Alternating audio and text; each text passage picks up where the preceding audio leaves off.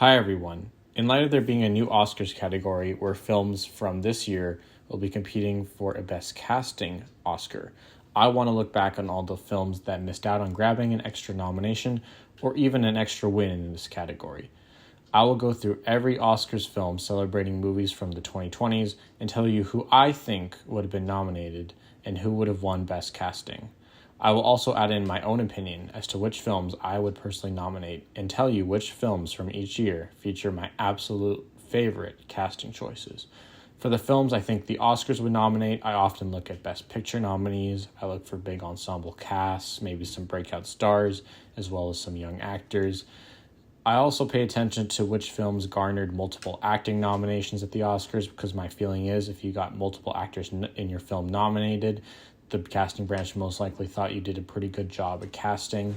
With that being said, let's find these nominees. In 2025, I believe Anora would win Best Casting. There are a few reasons for this.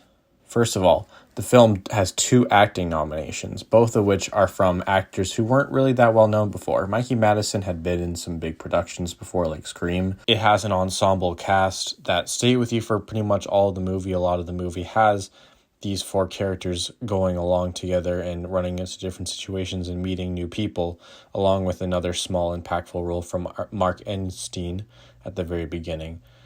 Emilia Perez is another one I think would definitely get nominated. There was 2 Oscar nominees and one was also probably very close. Zoe Saldana is very likely to win Best Supporting Actress, and the film had 13 nominations overall. It's just a film that people probably would say that the casting was very good, also appreciating that they actually cast a trans actor for a trans role. Seems like the bare minimum, but that's probably still going to be something that's praised by the Academy. Wicked is the other nominee I think would come this year. They fit existing characters really well. People agree that Ariana and Cynthia did an amazing job playing those 2 characters while already being very well-known roles. There's also a fun ensemble with people like Michelle Yeoh and Jeff Goldblum. People just really like the film. Has 2 acting nominations and it could end up taking one of them. A Complete Unknown is another one I think would be nominated this year. There's real people being portrayed, particularly, of course, Timothée Chalamet playing Bob Dylan, but also Monica Barbaro playing Joan Baez. It also features an ensemble cast, has 3 acting nominations, again, all for real people. So this is the reason I think A Complete Unknown would get a Best Casting nomination. Conclave is the final one I think in 2025 would get a nomination. They have 2 acting nominations, there's an ensemble, and the film got lots of nominations along with using cast members that really weren't well known before this movie, along with some stars coming out with some breakout roles. My personal nominees would include Bird, featuring Nakia Adams, a young actor who really brings a lot of authentic energy to it. The ensemble has a lot of chemistry. There's a lot of memorable small parts. Barry Keoghan brings a lot to the role. I think it's something that definitely would deserve Best Casting. I also would put Anora in my own nominees. Challengers, I think, also has a lot of memorable small roles. There is great chemistry between the 3 leads, and they really fit their characters.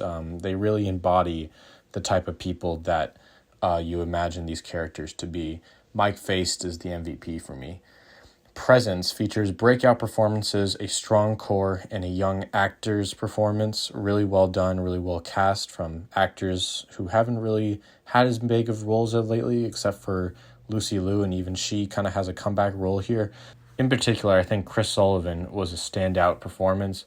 La Cocina, or The Kitchen, features a lot of memorable small roles with a large ensemble, all of which have a lot of chemistry. You really feel like they are cooks working together in the same kitchen, while Rooney Mara was probably my personal highlight. In 2024, I think the Oscar for Best Casting would have gone to Oppenheimer. I feel like this is a pretty easy pick. It was a Best Picture winner. It had 3 acting nominations, including 2 wins. They were portraying real people, and honestly, it was a pretty brilliant decision to cast Cillian Murphy as Oppenheimer. He really fits the role, and Robert Downey Jr. would probably be seen as a good comeback for him from Marvel, and so therefore I think it would get Best Casting. Barbie would probably be among the nominees. It had 2 acting nominations. It featured a really fun ensemble. There's singing and dancing, And of course, Ryan Gosling really stands out, but also Margot Robbie fits the Barbie character very well. Poor Things is another one I think would get in. It had 2 acting nominations. It has a big ensemble. It kind of is against type for some of these people. I think Mark Ruffalo is playing a character he's never done before. Emma Stone, of course, while maybe playing a more weirder character than she usually does, completely embraces it and probably will be doing that a lot more now that she's working with Yorgos full time. Yeah, great film. Killers of the Flower Moon, I think, would also get in for Best Casting. It has 2 acting nominations with Lily Gladstone and Robert De Niro. A breakout performance, again, Lily Gladstone being highlighted there. And one of Martin Scorsese's classic ensembles. A lot of memorable small roles in there, like Brendan Fraser. Some people maybe think he was miscast or misdirected. I guess that's up to you. But a lot of other small characters are really memorable. The Holdovers is also one I think would get Best Casting. Features a young actor who really was, the story behind how they casted him is really funny because he was the best actor at his high school there, and he just beat anyone else they saw for the role. 2 acting nominations, a win with Da'Vine Joy Randolph, chemistry between all the leads. And I think Dominic Sessa is a breakout star because of this film. That's something the Academy would probably want to highlight. The winner would be Anatomy of a Fall. The child performance there is just amazing. I think he gives a really good performance. Also, Sandra Hüller just really fits that character very well. Gives an excellent, probably the best performance of the year. And also has a lot of impactful small roles. I feel like everyone is well cast. There's no one in the cast who feels really out of place. And some of the smaller roles that we don't see as much of, like the lawyer and her husband, are also really well done. May December, purely almost for Charles Melton. He's amazing in this movie. A great breakout performance, kind of against type after he came from Riverdale, and also some meta characteristics because, of course, Natalie Portman really fits an actor and really embodies that kind of character very well. Oppenheimer would have to be one of my nominees too. I mean, there was just so much extensive casting and they pretty much nailed every role. How to Have Sex would also be one of my nominees. I think the team performances here are all very well done. There's an ensemble, there's really good chemistry between the friends, and there's breakouts, and the lead, Mia McKenna Bruce, is especially impressive. Bottoms features amazing comedic chemistry between the 2 leads, of course, with Rachel Sennott and Ayo Edebiri. The ensemble is also very memorable, lots of memorable small roles from Nicholas Gatlisin, Hannah Lou Rose, Kaya Gerber. For the 2023 Oscars, I think the winner for Best Casting would have been Everything Everywhere All at Once. I mean, this is a very easy pick. There was 4 acting nominations, 3 wins for the film, featuring breakout/comeback performances from Ke Huy Quan and Stephanie Sue, as well as kind of a meta role for Michelle Yeoh, being that she perfectly fit this character with her experience in action and also just her amazing dramatic chops that made her a perfect lead for this film. I think they'd also nominate Elvis. Austin Butler probably was the best part of that film, and he fit the character of Elvis really well, and he did a lot to commit to that character. It's very much a breakout performance from him. Not many other notable performances to praise, but the film had 8 Oscar nominations, so I feel like they might have thrown at this. The Fabelmans, I think, might have got Best Casting. Real People, someone who really embodied, I guess, the spirit of Spielberg, and Gabriel LaBelle as a teen performance and kind of a breakout performance for him. As well as 2 acting nominations for this ensemble, including Michelle Williams, who was probably really well cast, and Judd Hirsch, who earned a nomination for just 1 scene, which I feel like is kind of the embodiment of great casting, is when you can get someone a nomination for 1 great scene. Oh, and David Lynch as John Ford. Probably should win in my personal nominations, to be honest, for that. Banshees of Inisherin, 4 acting nominations, great performances and chemistry between all the leads comedically, and, you really feel like they were friends, and now they aren't no more. I think Carrie Condon, though, stands out as a great kind of breakout first-time Oscar nominee performance. She was really good in that. The Whale, I think, also probably would have got Best Casting, featuring kind of a big comeback performance from Brendan Fraser, a dramatic breakout from Sadie Sink, And then Hong Chow obviously played that character really well, garnering an Oscar nomination. And of course, Brendan Fraser got the Oscar win. All those factors combined make me think that The Whale probably would have got the Oscar nomination for Best Casting. Runners up on the screen. In my personal nominees, I would also have Everything Everywhere All at Once. I would have The Fabelmans, almost literally just for David Lynch as John Ford. I mean, that scene is amazing, but all the other casting was very valid. I think Seth Rogen's good in the movie. So is Paul Dano. Aftersun, I think definitely would be in my personal casting choices. There's only really two main roles in that film, but everyone else works for the film, and the child performance from Frankie Corio is just amazing. It's hard to find those. Just an absolute breakout, and Paul Mescal, again, gives an amazing performance. I think almost no one else. They also look like Charlotte Wells' dad, and also Charlotte Wells as a young kid, so I think the casting is perfect. After Yang features a great child performance, some really good breakouts, particularly from Justin Min, put him on my radar. I think the ensemble family dynamic works really well. Colin Farrell's great in the role, so is Jodie Turner-Smith and Haley Lou Richardson. Great ensemble. Women Talking also features a really good ensemble, lots of chemistry between the characters. You really get that family but also community dynamic from them. They really fit their characters very well. I think Ben Whishaw is a perfect casting for this kind of underspoken man in this group of women, and Claire Foy brings so much energy to that very memorable role that understandably is filled with a lot of anger. My Oscar nominees for 2022, I think, would include a winner of West Side Story. I think an ensemble cast featuring dancing and singing performances, which are all great, as well as many Oscar noms, would earn West Side Story the win. Ariana DeBose, of course, taking on a role that Rina Moreno already won an Oscar for and making it her own and doing so much with it that she won her own Oscar would definitely be worthy of praise.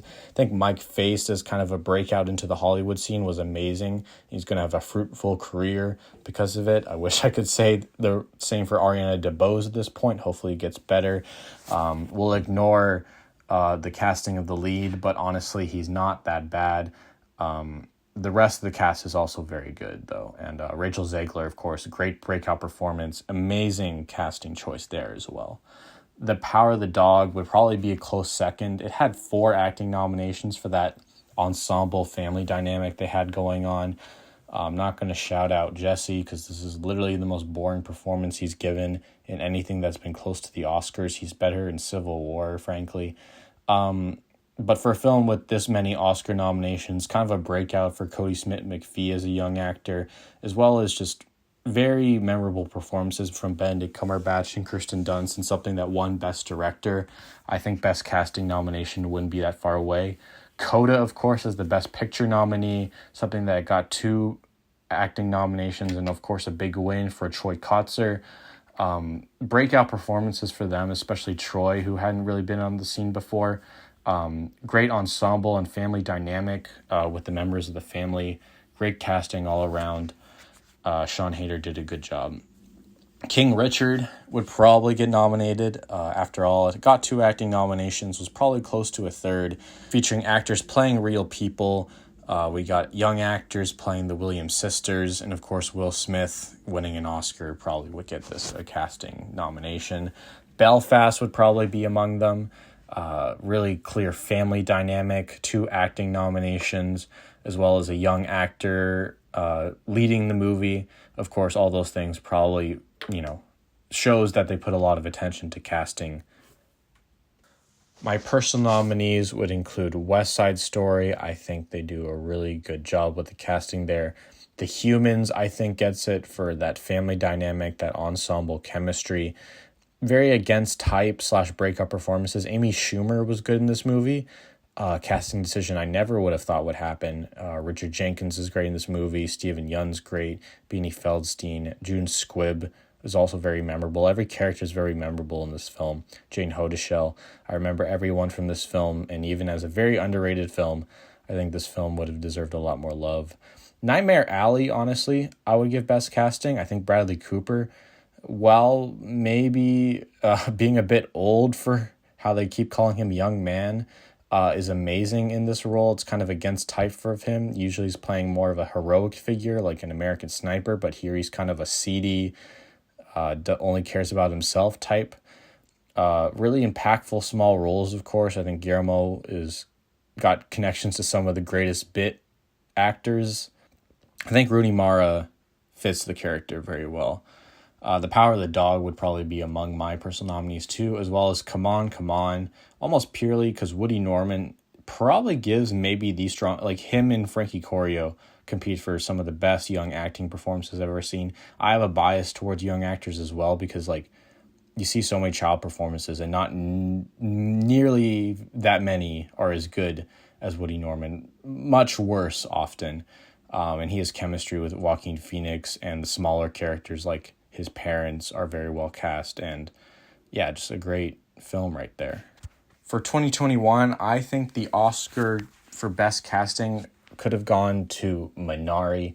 I think with its win for Yoo Jung-yoon, a young actor leading the film, as well as great roles from the parents, and all the other small roles like Bill Paxton, really brings in that family dynamic and ensemble and just, actors we haven't heard before. I think that's what the Academy would go for often, who are giving really great, memorable roles. The Trial of the Chicago 7 would probably get a casting nomination. It got an Oscar nom, won SAG Ensemble, I believe, or did it lose to Minari? I can't remember.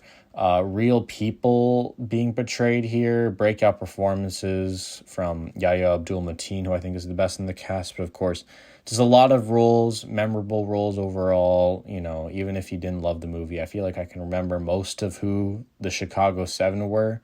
Judas and the Black Messiah, the second film featuring Fred Hampton, except Daniel Kaluuya was clearly the better casting here. 2 Oscar noms, probably should have been close to 3 or 4. Jesse Plemons is very memorable in this movie. I think he plays that son of a bitch very well. The ensemble, real people being betrayed, you really feel like Daniel Kaluuya has the charisma to be this kind of figure that would rally people together. Great work here, and Lakeith Stanfield works really well as the lead. Mank, with 2 Oscar nominations, an ensemble starring real people. I think the casting for Orson Welles would probably be praised overall. Tom Burke did a great job with that. Gary Oldman playing that role very well, garnering an Oscar nomination. Amanda Seyfried in that role is also very well done. Lily Collins works pretty well in that role as well. Charles Dance, again, lots of memorable roles overall. Kind of a comeback performance, I'd say, for Gary Oldman as well. Great stuff from the Academy's perspective. Ma Rainey's Black Bottom, I think, would get the last casting slot. 2 Oscar nominations, an ensemble cast. They're kind of playing against type for Chadwick Boseman after he's done other dramatic roles, but I think this is obviously the first time when he broke into the Oscar scene after playing Black Panther. Also features some singing, so obviously they probably praise putting Viola Davis in that role. I think they're playing previously established roles as well, so that would probably be praised as well. My personal nominees would include Minari. I think the casting for that film is brilliant. Yoo Jung-yoon is someone I will always look out for in films, and she's gotten lots of great roles now, which I'm great for. I hope Alan Kim continues to kill it. He's funny in theater camp. Steven Yeun's obviously great. And, even the sister's really good in that movie. Sorry, not Bill Paxton. Will Patton's really good. And then Han Yi-ri, very good as the wife of Steven Yeun in this movie. Very good work there. I'm thinking of ending things. I think just very, very strong, coreful roles, as well as the janitor, honestly, being very well cast, as well as, casting for the singing and dancing, finding lookalikes for Jesse Buckley and Jesse Plemons, even though the guy who plays the Jesse Plemons lookalike really doesn't look like him.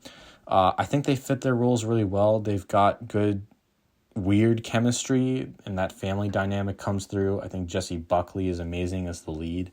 It's just also an amazing film. Kajillionaire features that really strong family dynamic and also romantic chemistry for Evan Rachel Wood, who I think is playing such a weird character here, but it fits her really well. Lovers Rock features, again, great chemistry between the romantic leads. Very much a breakout for Michael Ward, who honestly is the best part of Empire of Light besides Olivia Colman. And a lot of first-time actors in something that was really memorable, lots of memorable small roles. The Five Bloods, again, I gotta cite the chemistry here between the leads. They do feel like old friends. Kind of a comeback performance for Delroy Lindo, giving an amazing performance here. Jonathan Majors kind of helps his career get boosted until he makes some very bad decisions. And Isaiah Whitlock Jr. plays against type here brilliantly, I think. Lots of also memorable small roles in this film from the people that they meet in the jungle, along with their core five people. Well, the Five Bloods. It's kind of clear. Oh, and Chadwick Boseman as their fallen comrade. Great choice. Love it.